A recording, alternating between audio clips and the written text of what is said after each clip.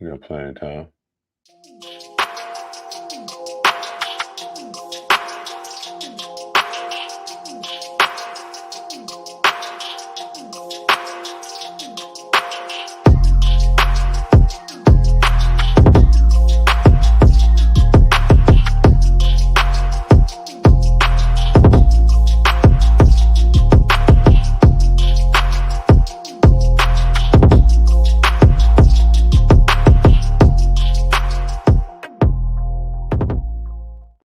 Good evening and welcome to the Seth Joyner Show. Your Philadelphia Eagles are 8-1 heading into the bye. We took down those little cowgirls coming to the link thinking that they was going to get themselves a W. We sent them home with their tails tucked between their legs. Doesn't get much better than that. Doesn't get much better than that. Hey, listen, the Eagles got a lot of wins this season. The most enjoyable one is always beating those damn Cowboys. No doubt about it. Welcome to the Seth Joyner Show, presented to you by that's Parks Casino. Parks Bet Parks. Sorry about that. Got caught up in last year. Anyway, it is a Talk to Him Tuesday. I'm taking your questions, your observations. We're coming right out the gate. I know there's a lot of things you guys want to talk about.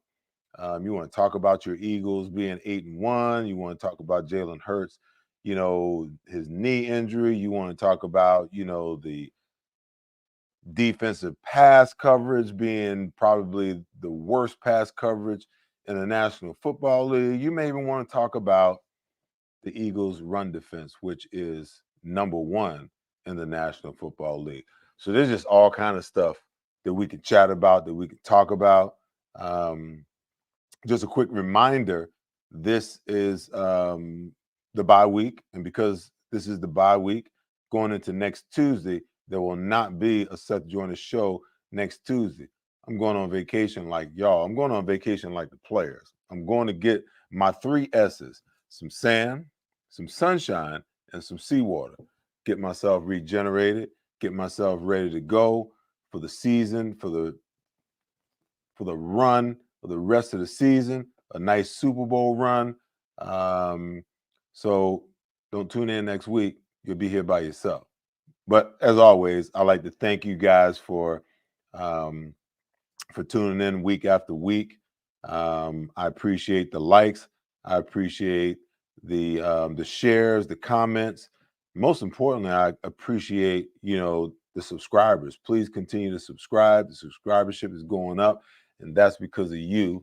And because of you, I'm going to keep doing what I do. Where do you want to start at? Let's start with Jalen Hurts. How many quarterbacks on Sunday evening, after he took that hit to the knee right before the end of the half, how many quarterbacks would have called it a day? Would have went in, pulled the knee brace off, and said to themselves, hey, you know what? We got the bye week coming up. This game really doesn't matter that much. Worst case scenario, we're going to be tied with the Cowboys, blah, blah. What did Jalen Hurts do? Went inside, got him an IV, came back and balled out in the second half. Absolutely. This guy's Philadelphia through and through. He's a baller through and through. And you got to love his comment where he said, hey, I love this city. I'll do anything for this city and anything for my teammates. I believe that comment just catapulted him into the Bryce Harper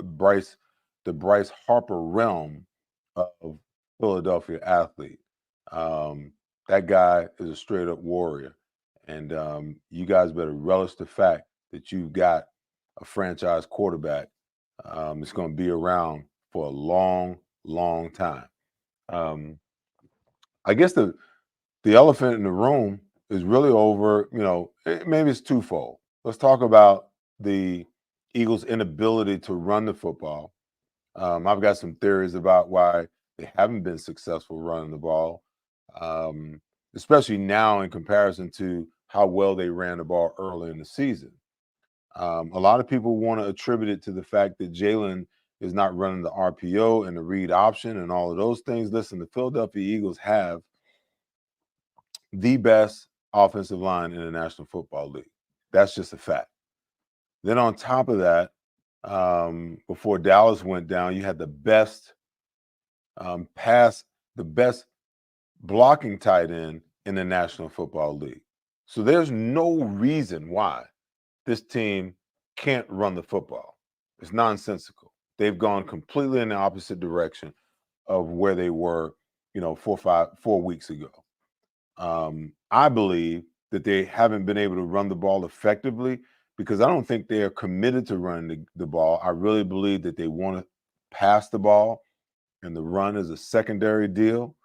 And I've said it before. I'll say it one more time right here. I believe that the running game is not a component of your offense that you can just turn on and turn off. And the Eagles seem to want to do that. They'll start off the game with a couple of runs. They'll start off the half, especially the second half, with some runs, but they don't want to, make the run game an integral part of what they do. And that's sad because when they really need to run the football, like in their 4-minute offense in the second half, when they went 3 and out, 3 and out, 3 and out, and put all of that distress on the defense, they can't get it going. But if you establish it early enough in the game and you committed to it early enough in the game, it puts you in some pretty heady places, and it creates some really good opportunities for you. Especially, if you can be successful on first or second down, it puts you in third and manageable situations. Not that the Eagles weren't, good in third down situations, but they were 5 for 9. And I want to say that was probably in the first half. But how many more possessions could they have gotten if they would have established the run early against the 18th ranked run defense in the National Football League? The other gorilla in the room is on the other side of the ball, the Eagles' pass defense. Going into last week, the Eagles were ranked, 26 versus the pass. It's safe to say, after giving up 333 yards and 3 touchdowns to Dak Prescott, that the Eagles are probably even further down the totem pole. I haven't done the research yet to see where they've fallen to, but they've got some issues going on, and there's a couple of different reasons why, and I'm pretty sure you guys are going to ask why as well. First of all, I'm going to give Sean Desai, some props. I'm going to give him some props because, with all the moving parts that he's had, in the secondary, Blankenship has missed games. Bradberry has missed games. Sidney Jones was on. I mean, Sidney, I don't know why I keep wanting to call him. That's like the 4th or 5th time today. Sidney Brown was out for an extended period of time. Darius Slay went down for a couple of plays last game. The guy that you brought in to be your slot corner has been on IR for the last, I don't know how long. I can't express to you how difficult it is. And then, obviously at the linebacker position, I felt like Morrow and Cunningham were playing some really, really good football. And then in came Nakobe Dean back into the fray, and they put him right back out there. And just to be honest with you, he hadn't really been all that good, in my opinion.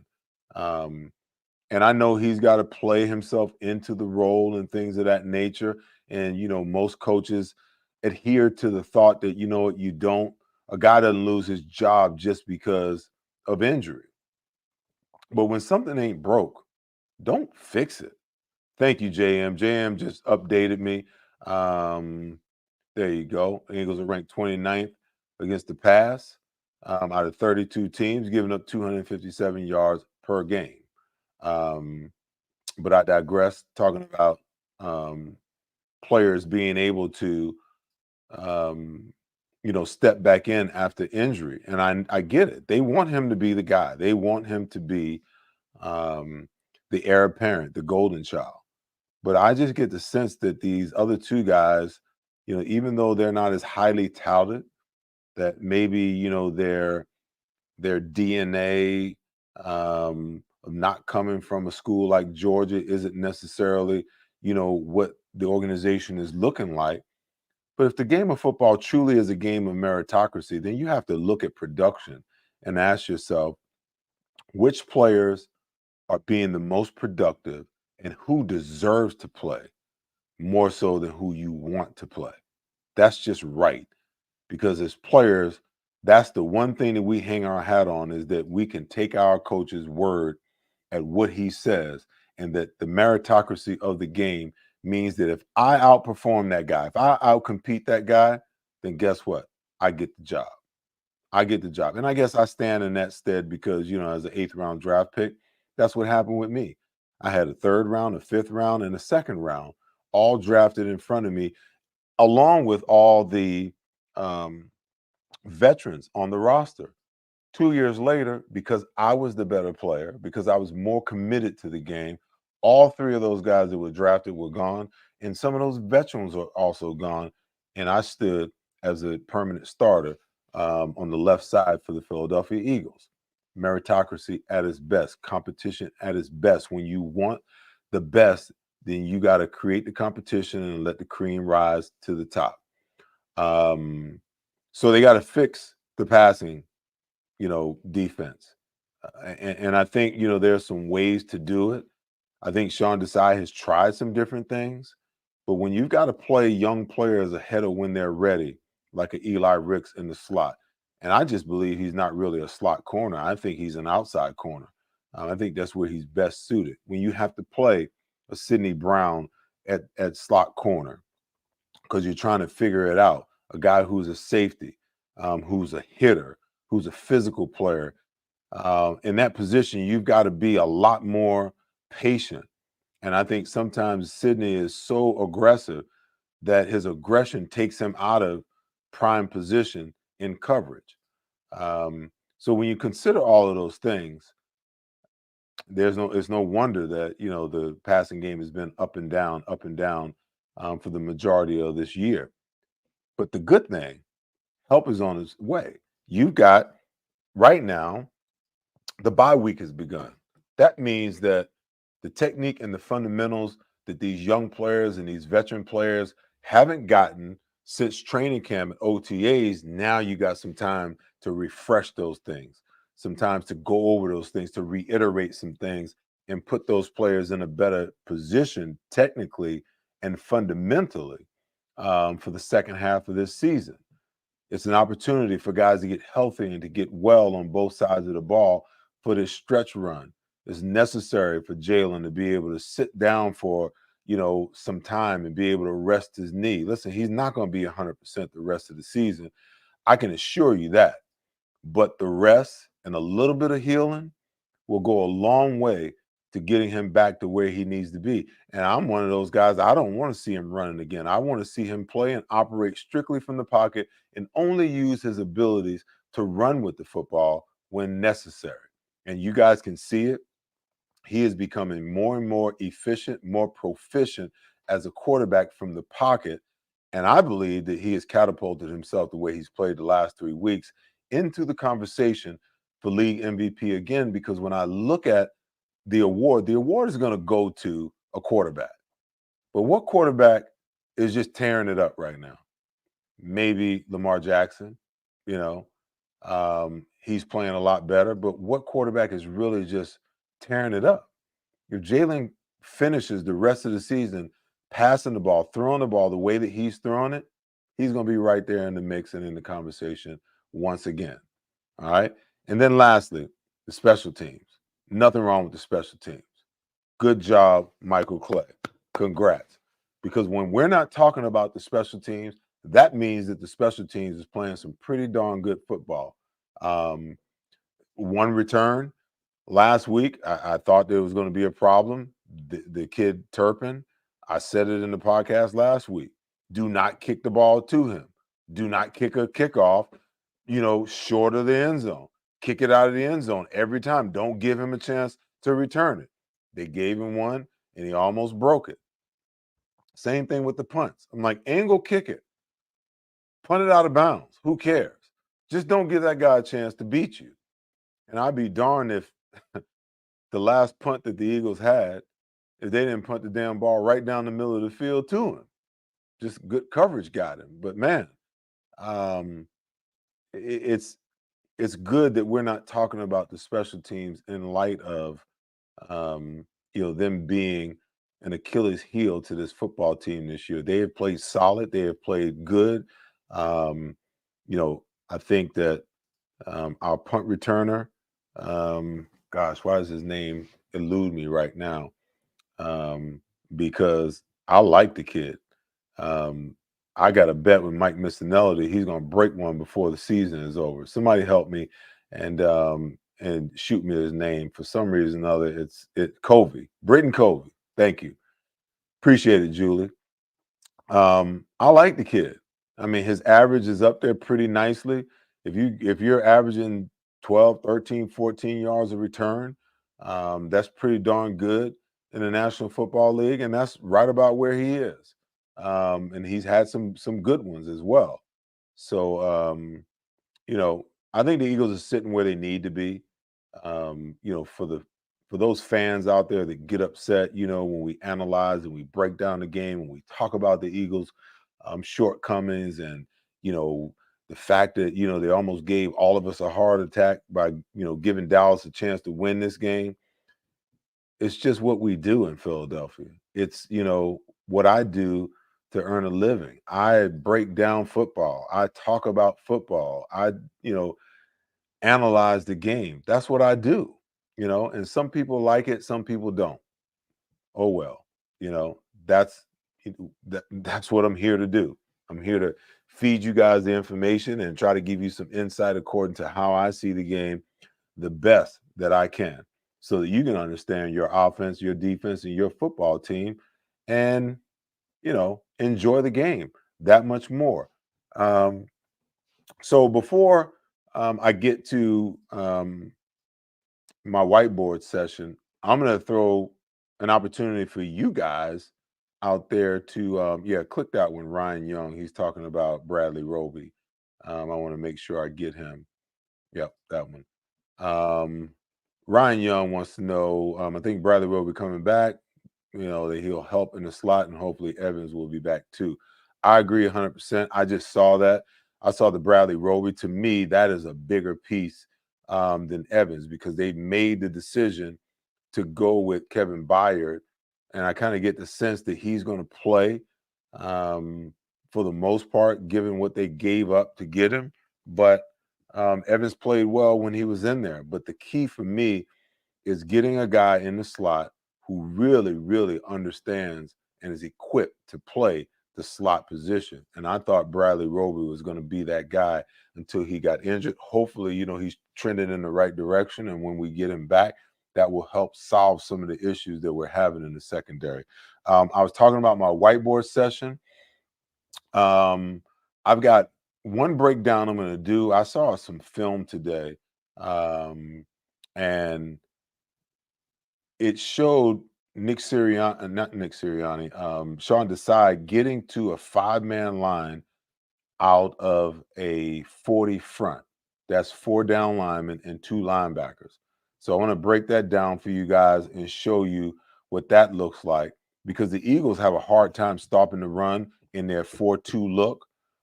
So what you're starting to get is they're kicking Josh Sweat down to a 4-eye and walking Zach Cunningham up on the tight end, and that's allowing them to get into a 5-man line. They can run some zone coverages from that, but it's very effective in the run game. So that'll be one. But then I'm going to throw it out to you guys. Somebody, if there's something that you guys want to see me break down on my whiteboard during today's deal, then suggest it. I'll take the best suggestion and I'll break it down in the moment for you guys as soon as I go through the first one. All right. So let's take a quick break. This is the Seth Joyner Show brought to you by Bet Parks. When I come back, I'm going to get into my breakdown, and then the last 30, 40 minutes or so, I'm not doing anything but taking your calls, your suggestions, your rants, your commentaries, whatever it is that you want to bring. Again, this is Seth Joyner Show. Won't be a show next week, so make sure that you guys are cognizant of that. I'm going away on vacation, just like y'all.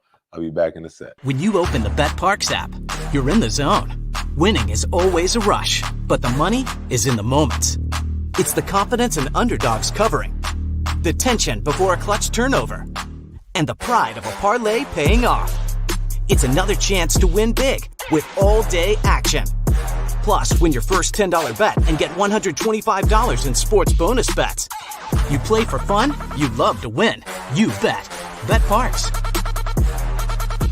If you understand that success is built on trusted relationships and dependable performance, Mid-Penn Bank is the right bank for you. We're on a mission to prove that the right bankers can make a big difference. We work harder, we get things done, and we're in your corner. With financial centers strategically located throughout the greater Philadelphia region and new locations in central New Jersey, we're ready to bring you the best in commercial and personal banking. Call or visit us today to connect with a professional Mid-Penn banker. Member FDIC. Go Eagles! Welcome to Bridgeview Partners, where IT and business innovation merge. We're not just another tech company. We're your strategic partner in navigating the ever-evolving digital landscape. Our team of experts tailors cutting-edge solutions to fit your unique needs, and ensuring your success is our top priority. Elevate your business with Bridgeview Partners. Discover the power of partnership and tech innovation today. Contact us now to experience the difference. Bridgeview Partners, where innovation meets excellence. Welcome back to the Seth Joyner Show. I'm looking, as I get ready to do this breakdown, my producer is going to, find some suggestions that you guys have. Oh, there it is. Bill. Let's do Bill. Bill wants to know, can I break down how the Cowboys scheme Lamb to be uncovered or to be covered by linebackers? I kind of, Bill, I broke down some of that last week, especially in the 3-by-1, where they swap out the wide receiver and the tight end. And, more times than not, you get the middle linebacker that's going to be stuck having to play that number 3 receiver. I'll give you a quick explanation of it, but I also will maybe I'll break down, my suggestion for how it is we can actually, they could have done a better job in what I would do in a man situation against a receiver like CeeDee Lamb. Okay, so let's deal with this front. So the Eagles have been playing, they play a little bit of man. No, let me rephrase that. They play a little bit of 4-man line. They play a little bit of 5-man line. They want to be in a 5-man line because it helps them coverage-wise, 4-man rather, but the 5-man gives them the ability to stop the run stone cold. So I give Sean Desai a lot of credit because this is what I saw him create. So you got an end, a tackle, a nose guard, and they actually kicked Josh Sweat down in this position as a defensive end. I can draw better than that. As a defensive end, but they put him in a tackle position. So normally you have Nakobe Dean here and Cunningham here. But what they did was they took Cunningham and they walked him up here, okay, to get to their 5-man front. And then they walk Kevin Byard down here. So if you look at this in its proper context, okay, they had a wide receiver, nasty or close here, and another wide receiver that they sent in motion across to kind of play with the linebacker's eyes. But if you look at this, he's got contain, he's got the B gap, he's got the A gap. Josh Sweat has the C gap, okay? A B gap, I should say. And he's got contained here, and Byard's going to react late to this C gap here. So if you look at Nakobe Dean, he's really only got one responsibility. That A gap, that front side A gap, to flow to the ball either way. So what happened was Josh Sweat destroyed this guy right here. They ran a play where he started this way. That guy went in motion. They brought him across to kick out. They hand the ball off, and he acted like he was going here, but he actually brought the ball here. Josh Sweat destroyed his guy.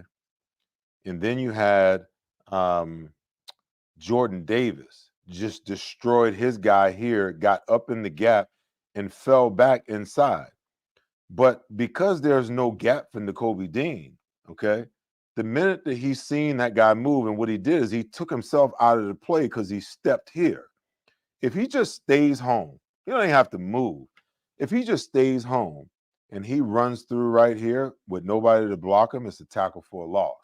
Now, this is important because instead of showing your hand in Sean Desai's case, instead of showing your hand by going 5 down linemen with 3 tackles and 2 rush ends, now they have the ability to get to this 7-man front out of regular personnel, and they can move to it late, and they can make a lot of things happen with this. Okay, you can send him off the edge, and now you got man. Okay, that guy goes in motion. You got the slot corner has got man, and you can play man all the way across the board, out of this same look. So much you can do. You can run games over here with Josh Sweat getting up the field and EL and bring that guy underneath. I know it's getting sloppy on my board, but I'm just giving you all of these different things that the Eagles can do. What was it? What did he ask me? He wanted to see me break down, Daniel. Okay. So I'm not going to put the whole defensive line up. So let's do it like this. Under normal circumstances, this is a tight end. Okay. Here's a wide receiver in your trip set, and here's a wide receiver out here. Teams get real tricky. So what they do is they know that this linebacker here is responsible for this number 3 receiver. So what they do is they swap him. They take the tight end, they put him here, and they take CeeDee Lamb and they put him here, knowing that this is the matchup that they can create. Okay. Now, I don't have a problem with the Eagles playing it like this from time to time, but that's a mismatch. And if you're going to play it that way, then you have to give him help. And my thing is, you can't drop back against a CeeDee Lamb and think that, you're going to cover him. My thing is, go at him, take your shot, and make him work around you. Now you got safety help over the top that can help you. Okay. But when he sits back and he sits pat, okay, and CeeDee Lamb releases and he goes here, okay, he can go here, he can go here, he can go up the field, He's got options everywhere. Okay. Now, there were a few times, let's go all the way out of here. Let me just get out of here. There's a couple of times where you had Darius Slay on CeeDee Lamb in the slot. Okay. I like this. The problem is, Slay, the problem is when you do this, it's a dead giveaway that you're in man coverage. Okay. Because if you're not, that means that Eli Ricks over here has to play Darius Slay's position. I'm not worried about if you want to go zone or you want to go some kind of zone blitz. I'm not worried about Darius Slay not knowing what he's supposed to do. I'm more worried about these other young guys that are pressed into action, whether they know what they're doing. Okay? Because what you have to be able to do is, if you're going to play cover 3, then Darius has to know that he's got the flat. He's got to know that he's got the third. It seems simple. But when you get into more complicated coverages, now you're asking certain guys to do things that are outside of the realm of what they've been trained to do. So another thing, what does the ability of having a bye week, what does it actually give you? It gives you the opportunity for a guy like Eli Ricks to learn on the fast track what he's supposed to be doing in this situation.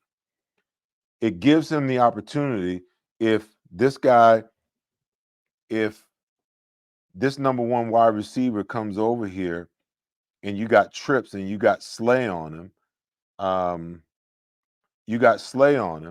and you want to run some kind of zone coverage, it gives you the comfortability of not having to swap these guys back, but allow Darius to play here and him to play over the top if necessary, and for Darius to play in the slot without you tipping your hand that you're actually in man-to-man coverage. The last thing I would do, okay? There were times where Slay was lined up at his normal position at cornerback here, okay? And in the slot, you either had Sidney Brown, or you had Eli Ricks, okay? So if I'm going to have a young guy here, let's say I got Eli Ricks here, okay? I'm not worried about this matchup. I think they can handle that. I think these guys can handle it when you get them up in press coverage, okay? What am I most concerned with? I'm most concerned with this matchup. A couple of times you had Eli on CD Lamb in this position. Now you can do that, okay? But from my perspective, if you're going to do that, have him get up, jam the inside, and make him release outside, okay? And then Eli Ricks is going to roll inside, cutting down any kind of short window throws. Short window throws are when the quarterback is standing here, he's looking at the wide receiver, and this window between the quarterback and the wide receiver is wide open. That's a direct open window throw, okay? So how do you prevent that? The way you prevent that is by making sure that he's in the window all the time. Now I'm going to take a safety. I'm going to put the safety over the top and outside. So any outside routes that this receiver runs, I got safety help over the top. This guy is just going to get depth now and look for work. Because if he goes out and comes back in, guess who's sitting here waiting on him? Okay. But I'm going to take those guys away. Okay. I'm going to take Reed Blankenship maybe and put him on a tight end and lock him up. Okay. I got two linebackers in here. And what can they do? Got to back out of the backfield. Hey, he got him. He can drop in the hole. Okay. A lot of different things that you can do to satisfy what's really going on. And lastly, they've got to learn how to play a little bit more zone match, meaning that, okay, if my linebackers are going to drop to the hooks, okay, if they're going to drop to the hooks, and I got a safety coming down in the flat, he's out here on the numbers, okay, I got my slot corner, and he's playing the numbers out here, okay, the minute that I get a tight end crossing, okay, he's going to say crossing. The minute he enters my zone, he's my man. Wherever he goes, I got him. The minute somebody enters my zone, he's my man right now, and I'm going to match up on him. So I think that coverages like this really are going to help the Eagles solve some of their problems, because right now they're just landmark dropping and they're looking at the quarterback, and the quarterback is looking the safety off over here, and he's getting a dig route behind him with a crosser here. The linebacker jumps up on him, wide open window. Okay. So when you're not aware of the routes and you're not aware of what's going on around you, and you don't play some zone match, sometimes, you begin to get some of the issues that the Eagles are having in the passing game. All right. So here we go. Let's kick off the questions the rest of the way. What do I got? I got 25 minutes. We're going to rapid fire them. JM wants to know, communication has been a huge issue. DBs look lost against those bunch formations. Listen, I agree with you wholeheartedly. That is the reason why coaches deplore having to play young players, because young players don't talk. The older players talk, But the young players, when they're confused and they don't know what's going on, they're trying to figure it out in their mind. And even though the older players are talking, they hear the chatter.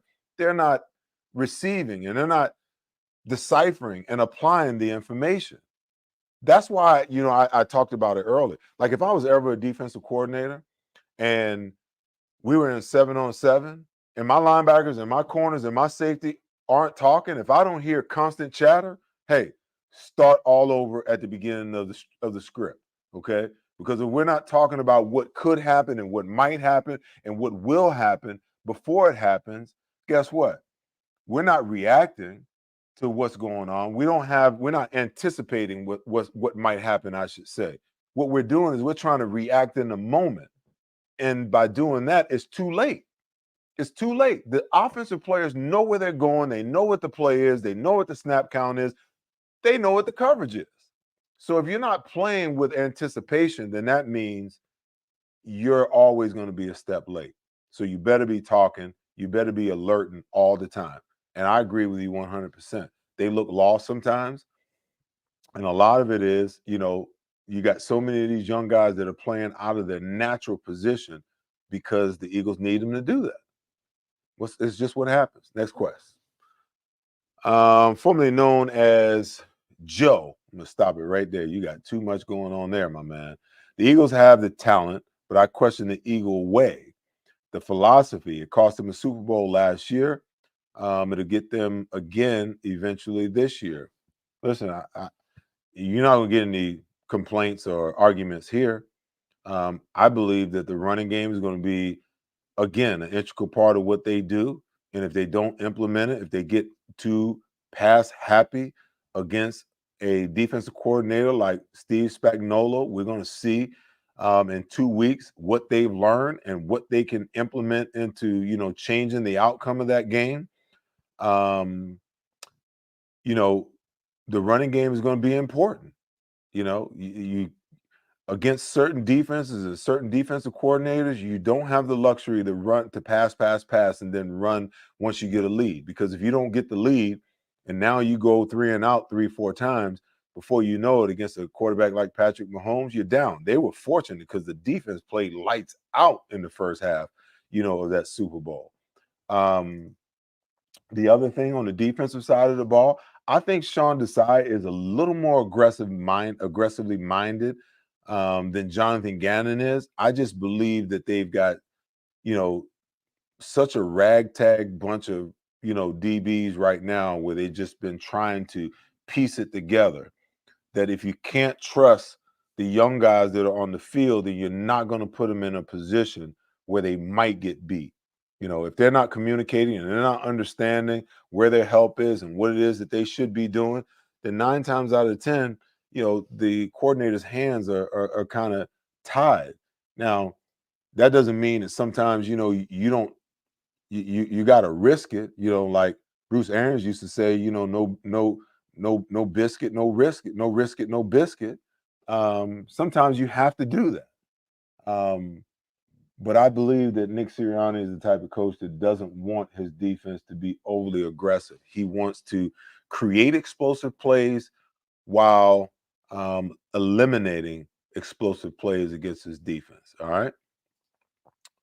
JM wants to know, as a player, is it more important to cover this in the film room or in reps on the field?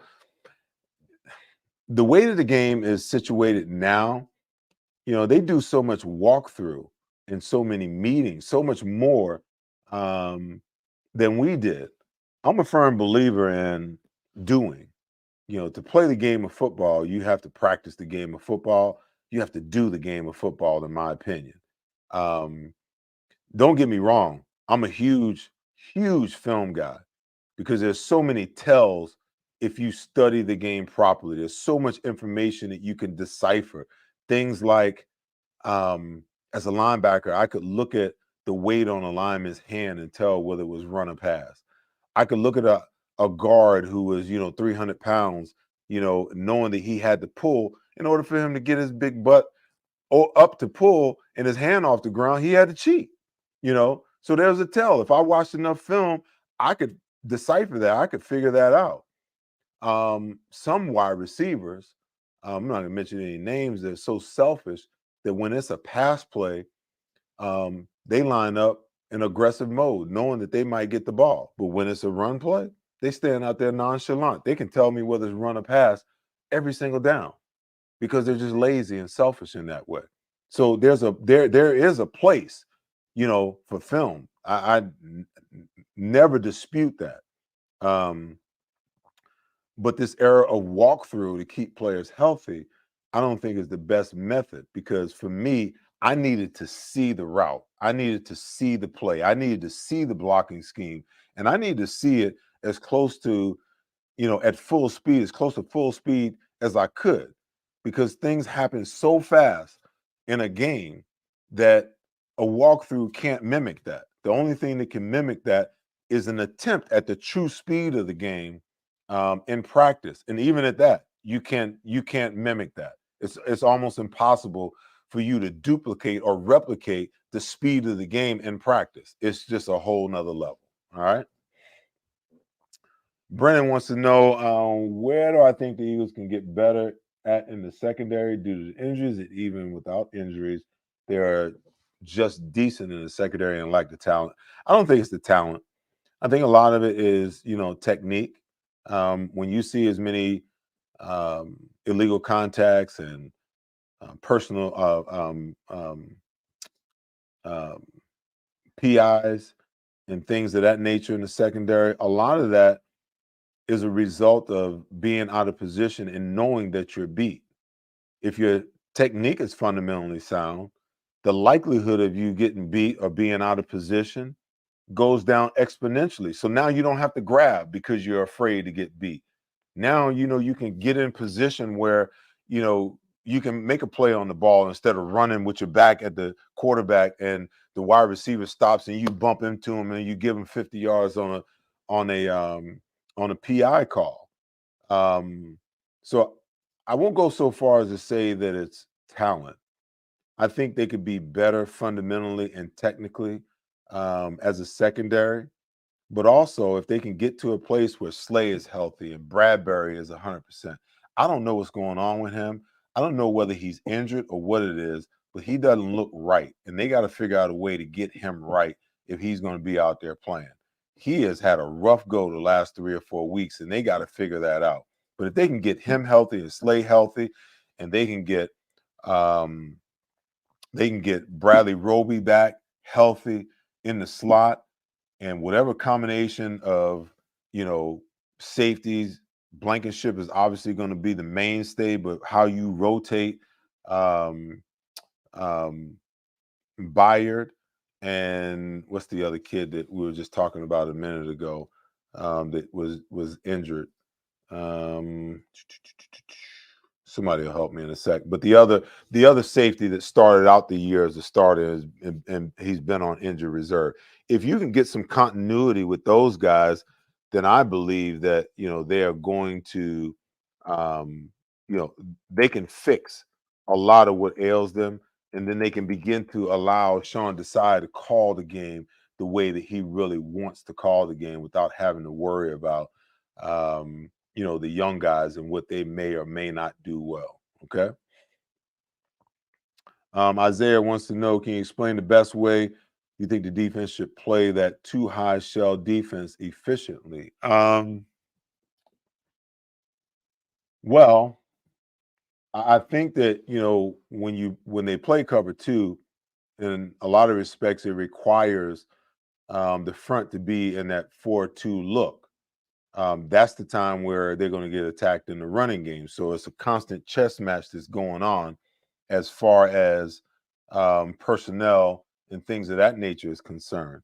I think that they need to do some different things out of the two shell look. They need to play some cover two. They need to play some cover two man, where they can disguise actually being in cover two, but they actually morph and play man.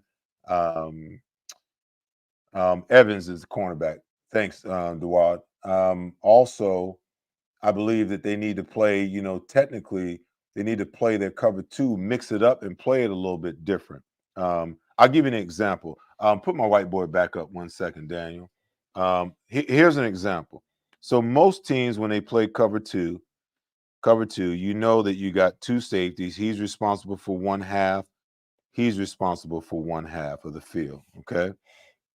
So what the cornerbacks do is you got a wide receiver here. The cornerbacks normally play inside technique, and they jam the wide receiver. They make him release outside. They roll with him, and then they settle down. Because if you get anything to the flat, that's what the corner's sitting there for. That's why that honey hole throw, where you see a quarterback drop the ball in that bucket right there, and the safety gets over late, that's what makes that so effective and so efficient. But what I'd love to see the Eagles do is mix up how they actually play cover two and take some stress off of the safety about getting here, because he's also stressed. If you got a tight end that gets up the seam, he's got to honor that before he honors the play over here in the honey hole. Okay. So what I like to see them do is get the cornerback playing an outside technique and force the release inside. Okay. That does two things. That squeezes this play more inside. So this linebacker here is going to play 2-1. And the cornerback's going to play 1-2. So anything where he goes there, the corner's sitting here waiting for it. Anything where he comes in, the linebacker is going to work there. Okay. But what it does is, by forcing him to go inside, even if he goes inside and he wants to release, now the cornerback can play the outside, and you got the safety not having to get way over here, but he can play anything up the field or anything here from that position, because you force the release inside. Um, there's a myriad of different ways that you can play cover two, but traditionally, what you see, that's good, Daniel. What you see, most of the time is people playing it from a traditional standpoint. And when you play it from a traditional standpoint, what ultimately winds up happening is, it's predictable for offenses how the cornerback is actually going to play that play. And that opens up a whole slew of different things that you can do from an offensive perspective that puts the defense in a bind. Okay. I hope that, answer your question and help. Miss Chris wants to know, in your opinion, how is Sidney Brown's development coming along? And listen, if he could stay healthy, I think it would speed up exponentially. The problem is he's in and out because he's been injured quite a bit. And I think that they're playing him out of position. I don't think that he's really a slot corner. I think they're playing him there out of necessity. I think that he can be a box safety because he loves to hit. He's aggressive. But I also think that he can be a safety, even though he's short. He can be a safety that can cover tight ends in certain situations. Um, so he's a guy that you can move around, that you can drop in and drop out of, and move him around in coverage. I think he's a safety that you can probably play in quarters and quarter halves situation, where when you get those vertical routes or those vertical crosses, he will come off those hashes or off those landmarks and just lay the wood on people. But I think the slot is really not his forte. He might get better at it in time. Who knows? But I think he's coming along well. I don't think that he or the Philadelphia Eagles, defensive staff anticipated him having to play as much as he had to play in his young career. Okay. AAP. That's about Ajamu. There you go. What do you think about Eli Ricks' progress? I love what I'm seeing out of him. I just believe, in a lot of ways, I think he might be their best cover corner, but he's not going to get the playing time as long as, on the outside, as long as Slay and Bradberry are healthy. I don't really believe that he's a slot corner. It's difficult for guys that are tall to play in the slot because they're long. You're playing against quick twitch guys in the slot, guys that are going to get in and out of breaks, that are going to run option routes, that are real crafty in their route running. And when you got a guy that's 6 foot, 6'2", that plays corner with long legs, it's hard for him to stop his feet and then get going again. Those shorter guys that play in the slot, those quick twitch guys, they can stop their feet and go from 0 to 60 like that.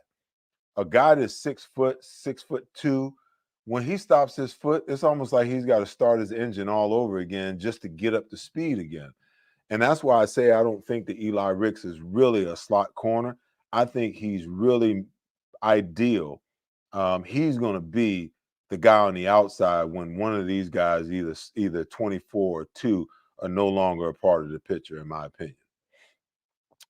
Okay, GT wants to know, what message would you get across the week before our Kansas City game? Listen, this game is almost it's about that much less than Dallas week, okay? Because you got an axe to grind. That team that you're playing on Monday Night Football in Kansas City kept you from getting to your goal of winning the Super Bowl. That's the first thing. The second thing is they would have you to believe that the field that you played on was okay and the conditions were conducive for both teams to be successful, and they just beat you. I don't buy that. I think that the Eagles were severely handicapped because the strength of their team last year was the pass rush, and you could not rush Patrick Mahomes because you couldn't stay up. The other thing is, just like the Cowboys, if you can't get up for a team that stole your opportunity to be a champ, then there's something really wrong. There's nothing that I or Nick Sirianni or any of his coordinators should have to say to these 53 young men when the lights turn on Monday night. If you can't get up for that, you need to check your heart rate, you need to check your pulse, and you might need to go find something else to do rather than being a Philadelphia Eagle and playing football. Just plain and simple. It doesn't get any simpler than that. All right. Brian wants to know, I apologize for the stupid question. I was listening to Dan Silio's show. He mentioned Mike, Sam, etc. What does Mike, Sam? Oh, so essentially, in a 4-3 situation, you've got a right end, a left end, 2 defensive tackles. You got 3 linebackers. The 3 linebackers for terminology purposes really mean the Sam is a strong side linebacker, means that he's the guy that primarily lines up on the tight end. The Mike is usually the middle backer, and then the Will is normally the weak side backer. So S for strong, M for middle, W for weak. Now, the game has evolved, and because the game has evolved the way that it has, the slot corner has now become the Will backer. So now you've got a Mike backer and a Sam backer. The Sam doesn't necessarily line up on the tight end. They both line up off the ball because now you're primarily playing a 4-2 front, where in the past you had a 4-2, a 4-3 with the 3 linebackers, or you had a 3-4 with 3 downs, a Mike, a Mo, a Sam, and a Will. So that's essentially, what he's talking about. I hope that helped you, kind of get a grasp of what he was trying to say. All right. Brian wants to know, how can Bradberry improve? Why is he getting beat this year so badly compared to last?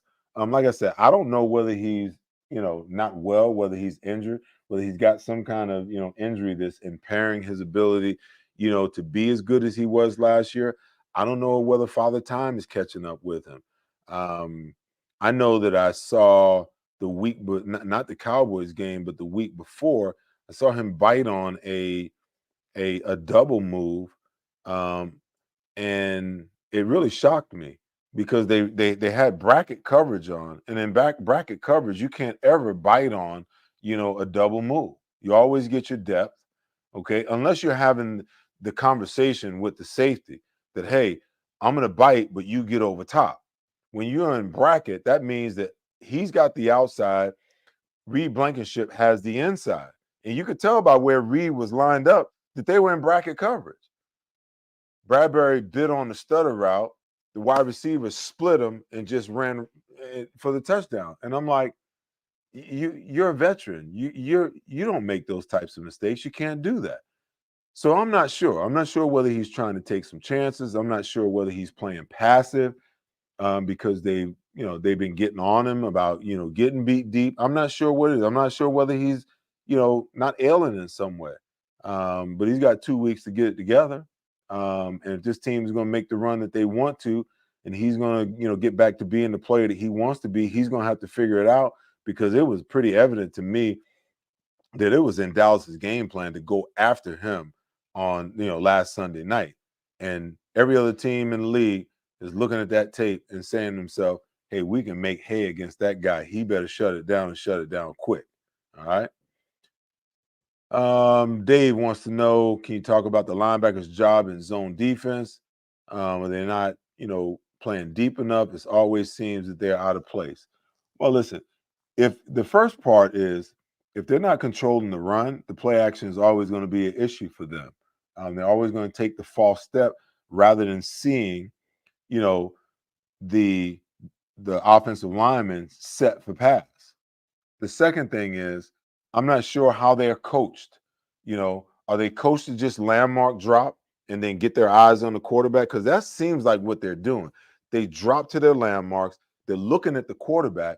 But when you're playing against good quarterbacks, they're smart enough. Okay, if I want to throw the ball right, I'm going to look left because I'm trying to move the safeties. Okay, but I'm also trying to influence coverage, because if I'm looking here, everybody's going to move with my eyes. So if I can move you with my eyes by looking here and then boom, come back here, I'm always going to have a guy open in the window that I want him open. The other thing is, they don't do a very good job of reading patterns. If I get a guy crossing in front of me, that means that somebody's either crossing behind me or somebody's coming in on a dig route, behind me as well. I see Nakobe Dean, he does it a lot. He gets a guy that crosses, the quarterback is looking in that direction. He bites up on the short route, they hit the deep route behind him. I don't know, to be honest with you. I don't know what the remedy is, because I don't know how they're being coached to actually play in zone. But I do know they got to get better at it. They got to read the routes better, and they got to do a better job of, okay, I'm going to drop. Even if the quarterback's trying to manipulate me over here, my job is deep to short over here. So even though he's looking over here, I'm not even thinking about going that direction until he raises his arm in that direction. Now I'm going to break, okay? But what they're doing is they're trying to cheat, because they see their eyes over there, start leaning that way. And the minute he gets them pulled out of where he wants them out of, he hits the route behind them. So hopefully they can get it worked out this week. There's some time for them to self-scout and look at what they've been doing and look at where they need to improve, and a couple of extra days to practice. I hope they're getting that work in to try to get that, to get that rectified. All right. Down wants to know, what adjustments would you take during the bye week? Would I make during the bye week? I think that's what you're saying. Like I said, offensively, we're going to work on that run game, because they've got to get that figured out. I believe that the run only helps the passing game, but also when they need to run the game like they needed to run it, in the fourth quarter against Dallas, and they weren't able to, that kind of stuff comes back to haunt you at some point. So they're going to have to figure out, how to get the run game going. And Sean Desai is going to have to come up with some alternate options and ways to get this passing game under attack, done. Because, listen, the coverage and the pass rush works hand in hand. The last 2 weeks, the Eagles pass rush really hasn't shown up until the fourth quarter when they really needed it. They're ranked in the top 10 in sacks this year, but they're not what they were last year by a long shot. They've got to get to a point where they can be, where they can bring some pressure early in the game, because that pressure is going to help the coverage. And in turn, the coverage helps the pressure. But when you're playing 10 yards off, the pressure can't get there. When the pressure doesn't get there, it's hard to play coverage behind it. I seen the touchdown that CeeDee Lamb caught on James Bradberry. We were watching it, and I said to myself, man, Dak is just buying time in the pressure, in the pocket. They can't get to him. There's no way that you can cover that long. I said, I guarantee you that CeeDee Lamb made 2-3 different moves before Dak threw him the ball. And when they showed the replay, I'd be darned if that's not exactly what happened. He started off on a route, James had him. He adjusted over here, and then he adjusted over here again. You can't stay with a guy that long. The pressure's got to get there. And if you can't get there with the four-man rush, guess what? You better start drawing up some blitzes in obvious passing situations where you can assist your cornerbacks and your coverage guys from having to cover for 5 to 6 seconds. No one can cover that long, okay? And teams like the guys, the coordinators that are more apt to blitz, like a Steve Spagnuolo, he is not going to allow, okay, Jalen Hurts to sit in the pocket and have his pick of the litter. He's going to come with blitzes in certain situations to speed up his clock and give him one read and one read only. If he doesn't make the right decision, it's either going to be a sack, an interception, or a third down incompletion, and you're punting the ball, okay? To me, that's just the way that, you play defense. But this is new age football, and not everybody approaches it from the same perspective or standpoint, all right? Last question before we close up shop. David Foley wants to know what I think about the brotherly shove. Hey, listen, if they can't stop it, if you can't beat them, join them. Teams have tried to join them. They can't do it as effectively as the Eagles have done it. It's not something that's against the rules. So people need to stop complaining about it, stop talking about it, and start trying to figure out ways to stop it. If you can't stop it, guess what? No big deal. When Tom Brady was running the quarterback sneak and being pushed, nobody said a damn word about it. Okay, he made a living out of it. All we talked about was how efficient he was on quarterback sneaks on fourth down. Okay, but they were doing some of the same thing. But just because we here in Philadelphia are doing it like no one's ever done it before, we're converting it at 95% damn near. Now everybody wants the Eagles to stop it. They want the NFL to ban it. Stop it. Stop it. Okay, figure out a way to stop it and stop bitching and complaining about it. All right. All right, y'all. That's the show for this week. Again, this has been the Seth Joyner Show, brought to you by Bet Parks. Thank you guys for the likes, for the comments, for the follows, and for the most part, mainly, thank you guys for the subscriptions. Please keep it up. I appreciate each and every one of you. As we roll out of here tonight, once again, there'll be no podcast next week. I'm going on vacation like the Eagles are and like you guys are, but I'll see you back here the following Tuesday, leading into the Kansas City game on Monday night, the following Monday. All right. As always, take care of each other and be good to each other. And most importantly, make sure you guys love each other. I'll see you right back here in a couple of weeks. All right. Are you selling your investment real estate? Are you interested in deferring your tax with a 1031 exchange? At RevX, we're experts in 1031 exchange planning and the use of passive real estate options using DSTs. Not in the midst of an exchange and want to invest in real estate but don't know where to start? Revolution X has institutional grade real estate options for any size investor right now. Set up a consultation at RevXWealth.com. RevX, defer the tax, maximize the gain. At Mandrecchia Law, we win big personal injury cases, but we always tell our clients up front that those cases almost always hinge on how much insurance coverage people or companies have. At Mandrecchia Law, we don't sell insurance, but we're experts at helping our clients make sure they have the right insurance to protect their businesses and families. Do you have the right insurance? Most people don't. For a consultation, visit mmattorneys.com or call 610-584-0700. Mandrecchia Law, aggressive attorneys who get the job done. This is Seth Joyner, top analyst for the Birds. I've also analyzed the best auto dealerships, and I drive a Davis Honda. Fall into savings at Davis Honda. Over 300 cars available. And right now, get rates as low as 0.9% at Davis Honda in Burlington. Plus, you'll get 2 years of free oil changes on every new and used Davis Honda vehicle. See why Davis Honda continues to win outstanding awards for sales and service, including the highest award from Honda, the President's Award. Get to Davis Honda in Burlington. Fall into savings at Davis Honda. JP Mascaro & Sons is a family-owned, locally operated operated solid waste service company in business for over 60 years. You've seen the red trucks with the blue elephant that symbolizes strength and reliability. Mascaro is different than other national brands. Like the birds, Philadelphia is home. They'll take care of all your waste removal needs. They have it all: an experienced workforce, state-of-the-art equipment, a cutting-edge recycling center, and their own disposal facilities. Call 888-MASCARO or visit jpmascaro.com.